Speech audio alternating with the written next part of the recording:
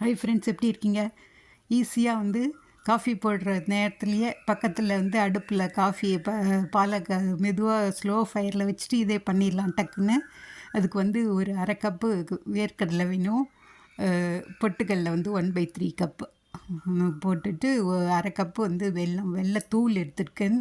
இல்லாட்டி நீங்கள் வெல்லமாக எடுக்கணுன்னா அரை கப் எடுத்துகிட்டு அரை கப்பு தண்ணி ஊற்றி இது பண்ணலாம். இது பாருங்கள், அரை கப்பு நான் வறுத்த வேர்க்கடலை, அப்புறம் 1/3 கப்பு பொட்டுக்கடலை எடுத்துருக்கேன். பாருங்கள், நல்லா வறுத்த வேர்க்கடலை, பொட்டுக்கடலை 1/3 கப் எடுத்துகிட்டு நல்லா நைஸாக மிக்சியில் அரைச்சிக்கோங்க. அரைச்சிட்டு பாருங்கள், தொட்டு பார்த்திங்கன்னா நல்லா வழவழன்னு இருக்கும். அந்த மாதிரி சமயத்தில் எடுத்துருங்க.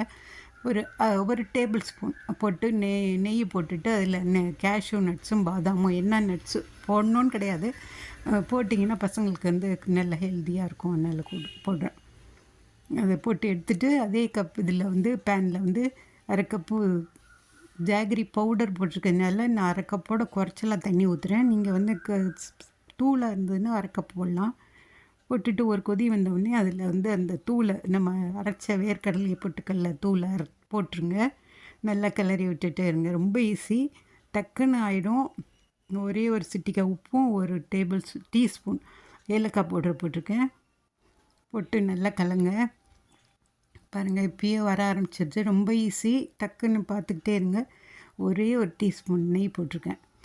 போட்டு அந்த வறுத்த முந்திரி பாதாமும் போட்டுட்டு கிளறினீங்கன்னா அப்படியே ஒரு மாதிரி நம்ம சட்டியை விட்டே வரா மாதிரி இருக்கும். விட்டு வரும் பாருங்கள், இந்த மாதிரி திரண்டு வரும். நம்ம அல்வா தானே, அதனால நம்ம இப்படியே ஆஃப் பண்ணிடலாம்.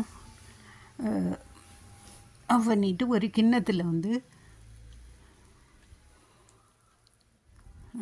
நான் அதை எடுத்து வச்சுக்கிறேன். அப்படியே வச்சுட்டு நம்ம லேசாக ஒரு நெய் தடவை கரண்டியை வச்சுட்டு அப்படியே டேப் பண்ணிவிட்டு ஒரு தட்டில் அப்படியே கொட்டினோம்னா அப்படி அழகாக வரும். பாருங்கள், இந்த மாதிரி நெய் தடவிட்டு அது பண்ணிங்கன்னா அழகாக வரும்.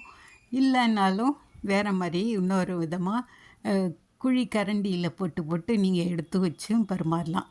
எல்லாருக்கும் ஒரு கரண்டி ஒரு சின்ன தட்டில் போட்டு அப்படியும் கொடுக்கலாம். இது பண்ணினது பூராவே இந்த மாதிரி பண்ணியிருக்கேன்.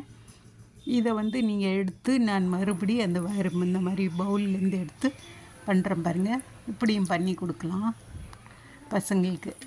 வேர்க்கடலையும் பொட்டுக்கடலையும் வெல்லம் மட்டும் இருந்தால் போதும். ஒரே ஒரு டேபிள் ஸ்பூன் நெய் போதும். பண்ணி பாருங்கள். பிடிச்சிருந்தா லைக் பண்ணுங்கள், ஷேர் பண்ணுங்கள், சப்ஸ்கிரைப் பண்ணுங்கள்.